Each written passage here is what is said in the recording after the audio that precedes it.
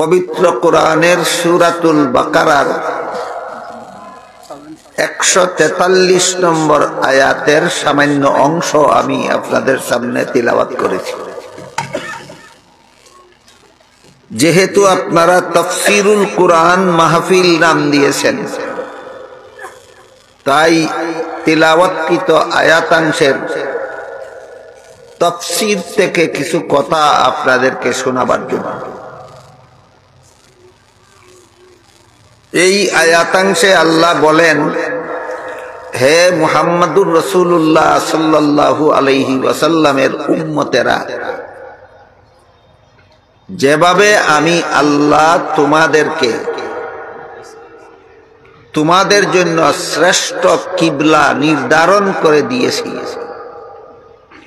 তেমনি ভাবে আমি আল্লাহ তোমাদেরকে শ্রেষ্ঠ উম্মত সাব্যস্ত করেছি,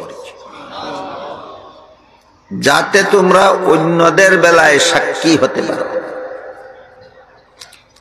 আর তোমাদের রাসূলকে শ্রেষ্ঠ রাসূল সাব্যস্ত করেছি, যেন তিনি তোমাদের পক্ষে সাক্ষী হতে পারেন। এই হইল আয়াতের অর্থ।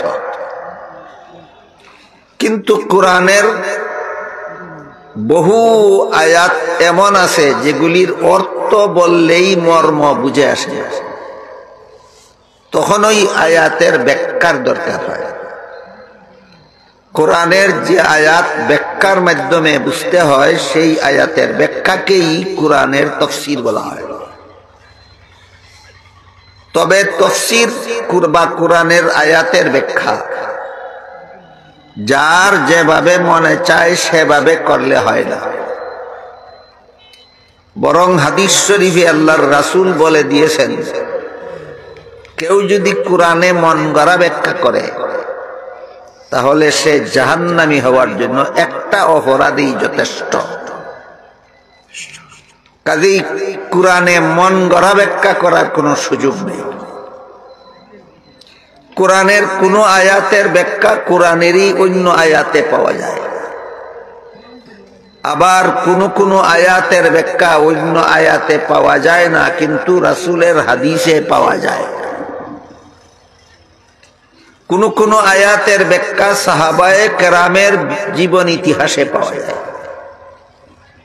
কোন আয়াতের ব্যাখ্যা তাবেঈনের বিবরণে পাওয়া যায়, কোন আয়াতের ব্যাখ্যা মাযহাবের ইমামগণের বিশ্লেষণে পাওয়া যায়, কোন আয়াতের ব্যাখ্যা আরবি অভিধান এবং আরবি গ্রামারে পাওয়া যায়। এই হইল কোরআনের সহি ব্যাখ্যার 6 ঠিকানা। এই 6 ঠিকানার বাইরে কিয়ামত পর্যন্ত যদি কেউ কোরআনের তাফসীর করে, সেটা হবে কোরআনের মন গড়া ব্যাখ্যা। এজন্য আমরা আজকের আলোচ্য আয়াতের তাফসীরটা কোন ঠিকানার থেকে শুনবো সেটাও আপনাদেরকে বলে দিই। কোরআনের সহি ব্যাখ্যার প্রথম ঠিকানা স্বয়ং কোরআন, দ্বিতীয় ঠিকানা হলো রাসূলের হাদিস। আপাতত এইটুকু মনে রাখুন যে কোরআনের সহি ব্যাখ্যার দ্বিতীয় ঠিকানা রাসূলের হাদিস। আজকে আমরা যে আয়াতের অংশ তিলাওয়াত করেছি, এর ব্যাখ্যা আমরা রাসূলের হাদিস থেকে বোঝার চেষ্টা করব। সহিহ বুখারী শরীফের দ্বিতীয় খণ্ড কিতাবুত তাফসীর বা তাফসীরুল কোরআন অধ্যায় রাসূল করিম সাল্লাল্লাহু আলাইহি ওয়াসাল্লামের বর্ণিত একটি দীর্ঘ হাদিস আছে, যে হাদিসে আল্লাহ রাসূল এই সূরাতুল বাকারার 143 নম্বর আয়াতের ব্যাখ্যা করেছেন এবং ব্যাখ্যা করে বলে দিয়েছেন এই বিবরণটাই হইল এই আয়াতের ব্যাখ্যা। কাজী আমরা সূরাতুল বাকারার 143 নম্বর আয়াতের যে অংশ তিলাওয়াত করেছি, এই অংশের ব্যাখ্যা রাসূলের হাদিসের মধ্যে আছে, যে হাদিসটাই সহিহ বুখারী শরীফে উল্লেখ আছে। আমরা সেখান থেকেই আজকের এই আয়াতের ব্যাখ্যাটা শোনার বোঝার চেষ্টা করব।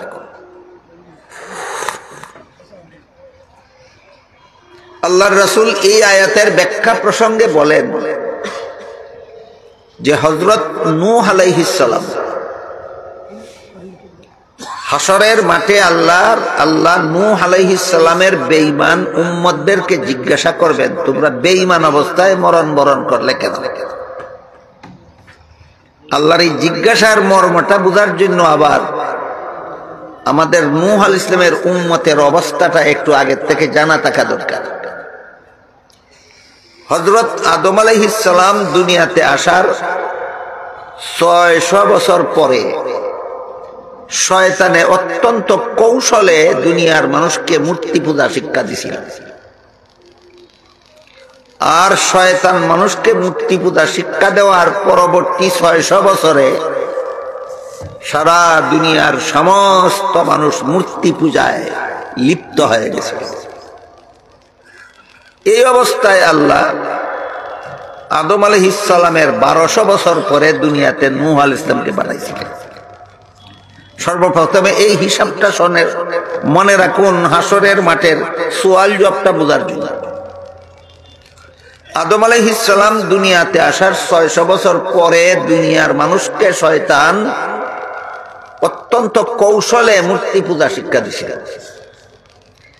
শিক্ষা দেওয়ার পরবর্তী 600 বছরে সারা দুনিয়ার সব মানুষ মূর্তি পূজায় লিপ্ত হয়ে গেছে। এই অবস্থায় আল্লাহ নূহ আলাইহিস সালামকে দুনিয়াতে পাঠাইছিলেন। হিসাব বুঝে থাকলে বলেন তো, আদম আলাইহিস সালাম দুনিয়াতে আসার কতদিন পরে নূহ আলাইহিস সালাম দুনিয়াতে আসলেন? 1200। আদম আলাইহিস সালাম দুনিয়াতে আসার 1200 বছর পরে নূহ আলাইহিস সালাম যখন দুনিয়াতে আসেন, তখন সারা দুনিয়ার সমস্ত মানুষ মূর্তি পূজারী। কতজন মূর্তি পূজারী? সমস্ত মানুষ মূর্তি পূজারী। এদের মধ্যে নূহ আলাইহিস সালাম মূর্তি পূজা ছেড়ে এক আল্লাহর ইবাদত করার জন্য দাওয়াত দিলেন আরো 950 বছর। নূহ আলাইহিস সালাম এক আল্লাহর ইবাদতের দাওয়াত দিলেন আরো 950 বছর। এই 950 বছরের দাওয়াতে ঈমান আনলো মাত্র 40 জন।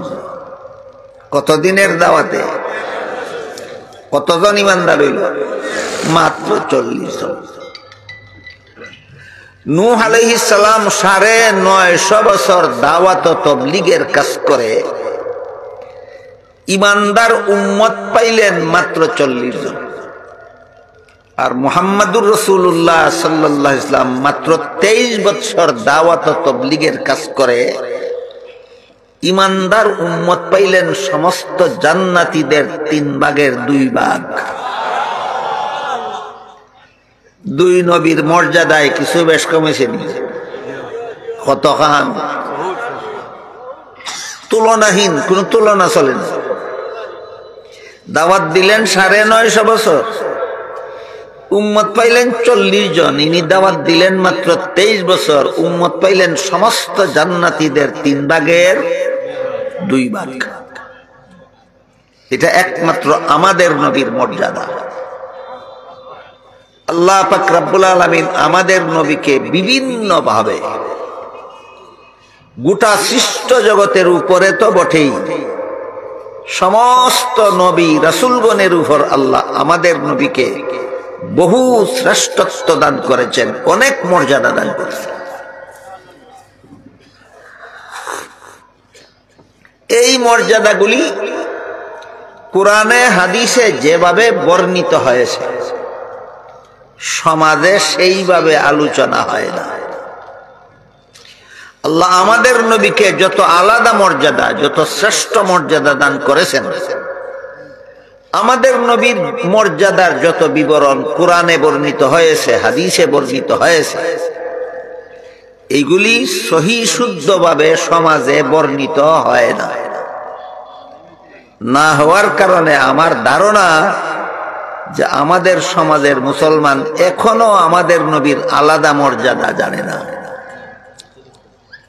কেন জানে না? আপনারা কেন জানেন না? আপনাদের দোষে না আমাদের সঠিকভাবে বর্ণনা না করার দোষে? আমরা যারা বর্ণনা করি দুষ্টা আমাদের। আমরা আমাদের নবীর সঠিক মর্যাদার বর্ণনা কোরআন হাদিসে যেভাবে আছে এইভাবে আপনাদেরকে বলি না, এই জন্য আপনারা জানেন না। যারা বলেন কিছু কিছু, তারা হয়তো বাড়াবাড়ি করেন আর না হয় অতিরঞ্জিত করেন। কেউ নবীর মর্যাদা বর্ণনা করতে গিয়া নবীকে আল্লাহর সমান বানাইয়া ফেলে, আর কেউ আমাদের নবীর মর্যাদা বর্ণনা করতে গিয়া অন্যান্য নবীর সমান বানাইয়া ফেলে। আপনাদের নবীর মর্যাদা অন্যান্য নবীর সমান না শ্রেষ্ঠ? আল্লাহর সমান না আল্লাহর নিচে? এই সীমা রেখা ঠিক রেখা কেউ কয় না। হয়তো অন্য নবীর সমান বানায় আর না হয় আল্লাহর সমান বানায়। অন্য নবীর সমান বানাইলে আমাদের নবীর অবমাননা হয়, আর আল্লাহর সমান বানাইলে আল্লাহর সাথে শিরিক হয়। নবীর অবমাননা করলেও ঈমান থাকে না, শিরিক করলেও ঈমান থাকে না। ঘটনাটা কি হয়? নবীর মর্যাদার নামে হয়তো কুফরি করে আর না শিরিকি করে। কিসের নামে? নবীর মর্যাদা দেওয়ার নামে, তাজিমে রসুলের নামে, নবীকে সম্মান করার নামে হয়তো শিরিক করে আল্লাহর সাথে শরীক বানাইয়া, আর না হয় কুফরি করে নবীর মর্যাদা থেকে লামাইয়া। কথা বুঝতে পারলেন? দুইটা উদাহরণ দিই শুনলেন। হাদিস শরীফে রাসূল বলেন, ইন্নাল্লাহা ফাদ্দালানি আলাল আম্বিয়া, আল্লাহ আমাকে সমস্ত নবী রাসূলগণের উপর শ্রেষ্ঠ মর্যাদা দান করেছেন। কি বলছেন? অন্য নবী রাসূলগণের সমান মর্যাদা বলেছেন না শ্রেষ্ঠ? শ্রেষ্ঠ। তাহলে অন্যান্য নবীর যে সমস্ত মর্যাদা আছে, যেমন আজীবন বেগুনাহ হওয়া, এটা সব নবীর মর্যাদা। জীবন ভর বেগুনাহ হওয়া, এটা কোন কোন নবীর মর্যাদা? সব নবীর মর্যাদা। দাফনের পরে জীবিত হওয়া, এটা সকল নবীর মর্যাদা। দাফনের পরে জীবিত হওয়া সকল নবীর মর্যাদা। আপনি যদি এখন আমাদের নবীর মর্যাদা বর্ণনা করতে গিয়া বলেন আমাদের নবী বেগুনাহ, এটা কি আপনাদের নবীর মর্যাদা হইল না অন্য নবীর সমান বানানি হইল? যে কয় হেও বুঝে না, যে শুনে হেও বুঝে না। যারা শুনে তারা কি অপমানটা নবীরে করলো বুঝবে দূরের কথা, যে কয়ে নিজেই বুঝে না নবীরে এখানে মর্যাদা দেওয়ার নামে কি অপমানটা করলো। আমি আপনাদের জিজ্ঞাসা করি, পাঠশালা স্কুলে যারা পঞ্চম শ্রেণীতে লেখাপড়া করে, এরা কি এবিসিডি জানে না? কিছু ভুল হয়। পঞ্চম শ্রেণীর ছাত্র কি এবিসিডি চিনতে বলিব তো কথা না। পাঠশালার পঞ্চম শ্রেণীর ছাত্র এবিসিডি খুব ভালোভাবেই জানে, পড়তে বুঝতে চিনতে কোনো অসুবিধা হয় না। কিন্তু যেই ছেলেটা এমএসসি পাস করল, কি পাস? এমএসসি পাস, এই ছেলেটার প্রশংসা করতে গিয়ে যদি আপনি বলেন যে এই ছেলেটা বালা এবিসিডি জানে, কথা তো সত্যিই কইছেন, কিন্তু তার প্রশংসা হইছে না অপমান? এই ধরনের অপমান নবীর মর্যাদার নামে বক্তারা আমাদের নবীকে করে দেখে। নবী তো বেগুনাহ ঠিকই আছে, কিন্তু বেগুনাহ হওয়া তো তোমার নবীর আলাদা মর্যাদা না, এটা তো সকল নবীর মর্যাদা। অথচ নবী বলেন আল্লাহ আমাকে সকল নবীর সমান নয়, আমাকে সকল নবীর উপর শ্রেষ্ঠ মর্যাদা দান করেছেন। তো সত্যই যদি তোমার নবীর মর্যাদা মানুষকে বুঝাবার উদ্দেশ্য থাকে, তাইলে যেই মর্যাদা শুধু তোমার নবীর মধ্যে আছে অন্য নবীর মধ্যে নাই সেইটা বলো। আর সেইটা যদি না জানো তাইলে না গালে না পাওয়া অঙ্গখানা চুলকাতে যাও কেন?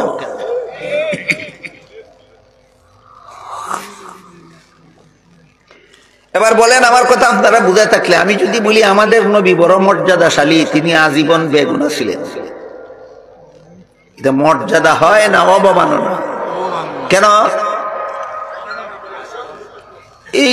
এই মর্যাদা তো সকল নবীরই আছে, এটা তোমার নবীর আলাদা মর্যাদা। এই মর্যাদা আদম নবীরও আছে, এই মর্যাদা নূহ নবীরও আছে, এই মর্যাদা ইব্রাহিম নবীরও আছে, এই মর্যাদা মুসা নবীরও আছে, এই মর্যাদা ঈসা নবীরও আছে। সমস্ত নবী আজীবন বেগুনা। তো তোমার নবীর আজীবন বেগুনা হইয়া প্রশংসা করছো না অন্য নবীর সমান বানাইছো? এই দান্দালিটা নবীর শানের নামে বর্তমান সমাজে চলছে। কিসের নামে? কি শানে রাসালতের নামে, শানে রসুলের নামে রসুলের অবমাননা। কিসের নামে? কি রসুলের মর্যাদার নামে রসুলের অবমাননা। এই ভঙ্গিতে চলছে, এই ভঙ্গি। এখানে রসুলের অবমাননা করলো রসুলকে আল্লাহর সমান বানাইয়া না অন্য নবীর সমান বানাইয়া? রসুলের অবমাননা করলো রসুলকে অন্য নবীর সমান বানাইয়া। আর কোন সময় রসুলকে অবমাননা করে আল্লাহর শরীকদার বানাইয়া, আর করে যা শানে রসুলের নামে, কই রসুলের শান। যেমন আল্লাহ পাক রব্বুল আলামিন পবিত্র কোরআনের সূরা নামালের 65 নম্বর আয়াতে বলেছেন, কুল্লা ইয়ালামু মান ফিস সামাওয়াতি ওয়াল আরদিল গায়বা ইল্লাল্লাহ। এর অর্থ হলো, হে রাসূল করিম সাল্লাল্লাহু আলাইহি ওয়াসাল্লাম, আপনি বলে দিন আসমান জমিনের কোনো বাসিন্দাই গায়েব জানে না একমাত্র আল্লাহ ছাড়া। অস্পষ্ট কথা না সুস্পষ্ট? কোরআনের সুস্পষ্ট কথার তফসিরও লাগে না, ব্যাখ্যাও লাগে না, কোরআনের কথাই যথেষ্ট। সূরা নামালের 65 নম্বর আয়াতে আল্লাহ আমাদের নবীকে নির্দেশ দিয়ে বলেন, আপনি ঘোষণা করে দিন আসমান জমিনের কোনো বাসিন্দাই গায়েব জানে না একমাত্র আল্লাহ ছাড়া। এখন যদি কেউ নবীরে মর্যাদা দেওয়ার নামে কয় আমার নবী গায়েব জানেন, বুঝে থাকলে বলেন কার মর্যাদা কারে দিল? এটার নাম ওই শিরিক। শিরিক করলে ওই ঈমান থাকে না, নবীরে অবমাননা করলে ওই ঈমান থাকে না, নবীরে আল্লাহর শরীকদার বানাইলে ওই ঈমান থাকে না। এই কারণে বলছি, তোমার নবীর আসল মর্যাদা কোরআনে হাদিসে যা কিছু বর্ণিত আছে, যদি না পড়ে থাকো, না শিখে থাকো, যদি উস্তাদের কাছে লেখাপড়া না করে থাকো, পরীক্ষা না দিয়া থাকো, পরীক্ষা দিয়া যদি ফাঁস না করে থাকো, এইসব স্পর্শকাতর আলোচনা করার বিষয় আলোচনা করে তোমাকে বললো কে? নাগালে না পাওয়া অঙ্গখানা চুলকাতে যাও কেন?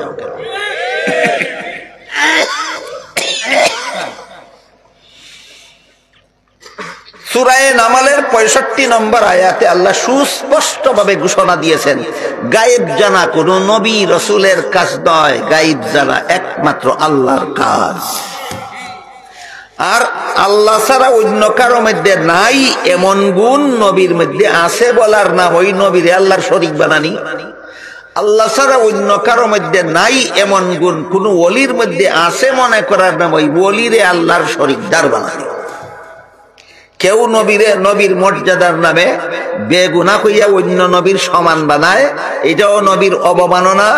আর কেউ নবীর মর্যাদা দেওয়ার নামে নবীরে গায়েব জাননেওয়ালা কইয়া আল্লাহর শরীক বানায়, এটাও আল্লাহর সাথে বেয়াদবি। এই দুটোটাই ঈমান বিধ্বংসী।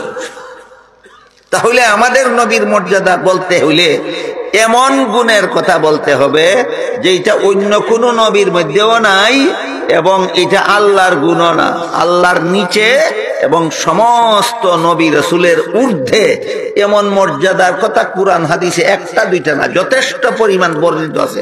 জানলে ওইটা কও, না জানলে এই ব্যাপারে চুপ থাকো। যেমন এক দুইটা উদাহরণ দিয়ে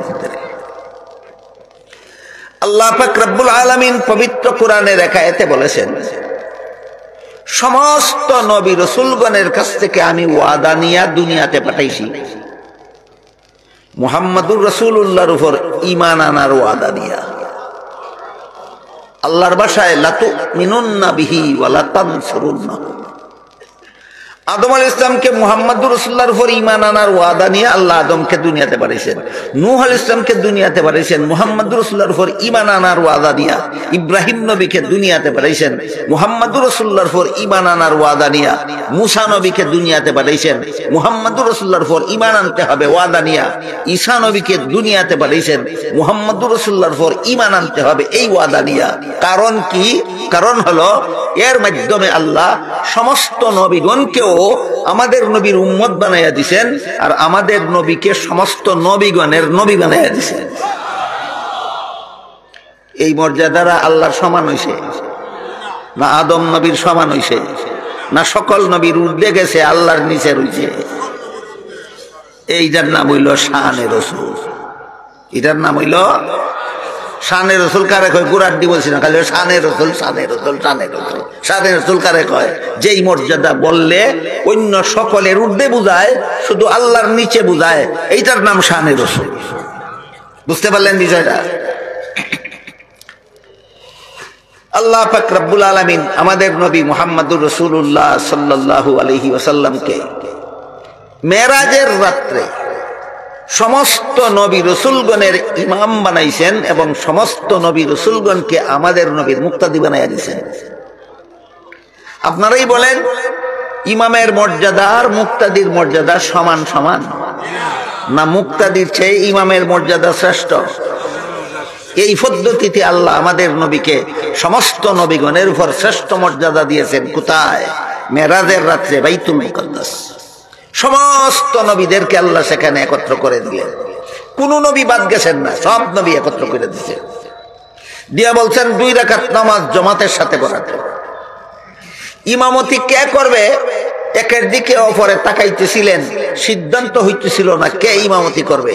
এমত অবস্থায় জিবরিল ফেরেশতা আমাদের নবীর হাত মুবারক ধরে সামনে বাড়াইয়া দিয়া বললেন, আজকের এই পয়গম্বরী নামাজের জামাতের ব্যবস্থা আল্লাহ করেছেন শুধুমাত্র আপনাকে সকল নবীর ইমাম আর সমস্ত নবীকে আপনার মুক্তাদি বানাবার জন্য। ঘটনা কি হাদিসে নাই? তাহলে আমাদের নবীর যথাযথ মর্যাদার বিবরণ কি মন গড়া যুক্তি লাগবে, না কোরআন হাদিস যথেষ্ট? কোরআন হাদিস যথেষ্ট। কোরআন হাদিসের দ্বারে কাছেও থাকে না, খালি মন গড়া যুক্তি দেয়, খালি মন গড়া যুক্তি। একটা মন গড়া যুক্তি আপনাদের শোনাই।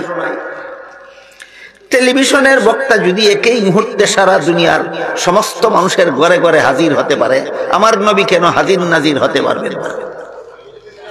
কোন সূরার কত নম্বর আয়াতের তরজমা এটা? এটা কোন কিতাবের কত পৃষ্ঠার হাদিস? টেলিভিশনের বক্তা যদি একই মুহূর্তে সারা দুনিয়ায় হাজির হতে পারে, আমার নবী কেন হাজির নাজির হতে পারবেন না? যে কোন সূরার কত নম্বর আয়াতের ব্যাখ্যা? এটা কোন কিতাবের কত পৃষ্ঠার হাদিস? না মন গড়াতুল কিতাব? এটার নাম মন গড়াতুল কিতাব। এই মন গড়াতুল কিতাবরে যদি একটু সময় লাগে আমরা মানি লাই, তাহলে ফলাফল কিতা দাঁড়ায় এই বেদিশার খবরও নাই। যে বেদিশায় মন গড়া যুক্তিটা দিল, বেদিশার খবরও নাই, যেটা মানলে পরিণতিটা কি দাঁড়ায় আমি একটু সময়ের জন্য মান্য আপনারা দেখাই। টেলিভিশনের বক্তাও আমরা ঘরে ঘরে হাজির হইতে পারে, নবীও আমরা ঘরে ঘরে হাজির হইতে পারে। ওইলটা কিতা এখন ওইলটা কিতা? নবীর মান হইছে না চরম অপমান হইছে? কারণ তুই নবীরে ওই গুণ দিছ যেই গুণ বক্তারও আছে। টেলিভিশনের বক্তা হিন্দু হইতে পারে, টেলিভিশনের বক্তা ইহুদিও হইতে পারে, টেলিভিশনের বক্তা খ্রিস্টানও হইতে পারে। হে যেইটা পারে, তোর নবী এইটা পারেন কইছস, চিন্তা করে দেখ তোর নবীরে কত বড় অপমান করছস। শেষ পর্যন্ত একটাই লেখছে কিতাবের মাঝে, কিতাবের নাম আনওয়ারে সাতেআ, লেখকের নাম আব্দুস সমীর রামপুরি। লেখে, শয়তান যদি যখন তখন যেখানে সেখানে যাইতে পারে, আমার নবী কেন পারবেন না? এটা শানে রাসূল, এটা নবীর শান। কোরআনও আছে, হাদিসও আছে, না শুধুমাত্র মন গড়াতুল কিতাবে আছে? মন গড়াতুল কিতাবে আছে, কার লগে তুলনা করলো নবীরে? এই জন্য বলেছি, নাগালে না পাওয়া অঙ্গখানা চুলকাতে যাইও না। শানে রসুলের বিবরণে কোরআন হাদিস ভরপুর, বেটা তুই যদি না ফুরিয়া থাকস না শিক্ষা থাকস ইখানো আর দিস না, যারা পড়ছে তারার লাগি রাখি দে। তুই অন্য থাক, তুই নমাজের কথা ক, তুই রোজার কথা ক, তুই কলেমা কালামের কথা ক, তুই থাক না পাক উজুগুসল এর কথা ক, ওখানো আর দেশকে দেয় যেখান লাগাল পাস না। মুহাম্মাদুর রাসূলুল্লাহ সাল্লাল্লাহু আলাইহি ওয়াসাল্লামকে আল্লাহ পাক রব্বুল আলামিন অন্যান্য নবী রাসূলগণের উপর যত শ্রেষ্ঠ মর্যাদা দান করেছেন, এর মধ্যে এক নম্বর হইল সমস্ত নবীগণের নবী বানাইয়া সমস্ত নবীগণকে আমাদের নবীর উম্মত বানাইয়া দিছেন। 2 নম্বর হইল সমস্ত নবীগণের ইমাম বানাইয়া সমস্ত নবীগণকে আমাদের নবীর মুক্তাদি বানাইয়া দিছেন। 3 নম্বর হইল আল্লাহ পাক রব্বুল আলামিন সূরা আহজাবের 40 নম্বর আয়াতে আমাদের নবীকে খাতামুন নবিয়্যিন উপাধি দিয়েছেন। সুবহানাল্লাহ। এই উপাধি আর কোন নবী রাসূলকে আল্লাহ দেন না। আপনারা কি জানেন আদম খাতামুন নবিয়্যিন, নূহ নবী খাতামুন নবিয়্যিন, কোন নবীকে আল্লাহ খাতামুন নবিয়্যিন উপাধি দিবেন না, একমাত্র আমাদের নবীকে আল্লাহ খাতামুন নবিয়্যিন উপাধি দিয়েছেন। আমাদের নবী খাতামুন নবিয়্যিন উপাধি দিলেন যে এটার অর্থটা কি? অর্থটা বোঝার জন্য কঠিন আছে, অর্থ একেবারে সোজা না। বোঝার জন্য আগে কিছু কথা আমাদের মনে রাখতে হবে। ধরেন একটা মানুষ কোন একটা জটিল রোগে আক্রান্ত হইল, এক ডাক্তারের দ্বারা চিকিৎসা করাইলো, কিছুদিনের জন্য রোগ সারলো, কিছুদিন পরে আবার রোগ ফিরে দেখা দিল। বলেন তো এই ডাক্তারের চিকিৎসা পুরাপুরি সফল হইল না আংশিক? আরেক ডাক্তার দিয়া করাইলো, কিছুদিনের লাগি ভালো হইল। আরেক ডাক্তার দিয়া চিকিৎসা করাইলো, কিছুদিনের লাগি ভালো হইল। আরেক ডাক্তার দিয়া করাইলো, কিছুদিনের লাগি ভালো হইল। এইভাবে ডাক্তার পরিবর্তন করিয়া করিয়া শেষ পর্যন্ত এমন এক ডাক্তারের দ্বারা চিকিৎসা করাইলো যে ডাক্তারের চিকিৎসায় রোগ যে তার সারলো, জীবনে আর কোনোদিন রোগ ফিরল না। পূর্ববর্তী ডাক্তারগণ কি শেষ ডাক্তার? পূর্ববর্তী ডাক্তারগণ কি শ্রেষ্ঠ ডাক্তার? না। যে ডাক্তারের চিকিৎসার পরে আরো ডাক্তারের দরকার বাকি থাকে, ইনি শেষ ডাক্তারও না, শ্রেষ্ঠ ডাক্তারও না। ঠিক তেমনি ভাবে যে সমস্ত নবীর আবির্ভাবের পরে দুনিয়ার মানুষের হেদায়েতের জন্য আরো নবীর দরকার বাকি থাকে, তারা শেষ নবীও না, শ্রেষ্ঠ নবীও না। যে ডাক্তারের চিকিৎসার পর রোগীর চিকিৎসার জন্য আর কোনো ডাক্তারের দরকার বাকি থাকে না, তিনি শেষ ডাক্তারও, শ্রেষ্ঠ ডাক্তারও। যেই নবীর শুভাগমনের পরে কিয়ামত পর্যন্ত দুনিয়ার মানুষের হেদায়েতের জন্য আর কোন নবীর দরকার বাকি থাকে না, ইনি শেষ নবীও, শ্রেষ্ঠ নবীও। কাজেই আল্লাহ আমাদের নবীকে সূরা আহজাবের 40 নম্বর আয়াতে খাতামুন নবিয়্যিন বা শেষ নবী ঘোষণা দিয়া এই কথাই বুঝাইলেন, এই নবীর আবির্ভাবের পরে দুনিয়ার মানুষের হেদায়েতের জন্য কিয়ামত পর্যন্ত আর কোন নবীর দরকার বাকি নাই। এই মর্যাদা আর কোন নবীকে আমি আল্লাহ দেই নাই, একমাত্র তোমাদের নবীকে দান করেছি। এটা কি অন্য নবীর সমান হইল না আল্লাহর সমান হইল? না কোনোটাই নাই। অন্য নবীর সমান না আল্লাহর সমান?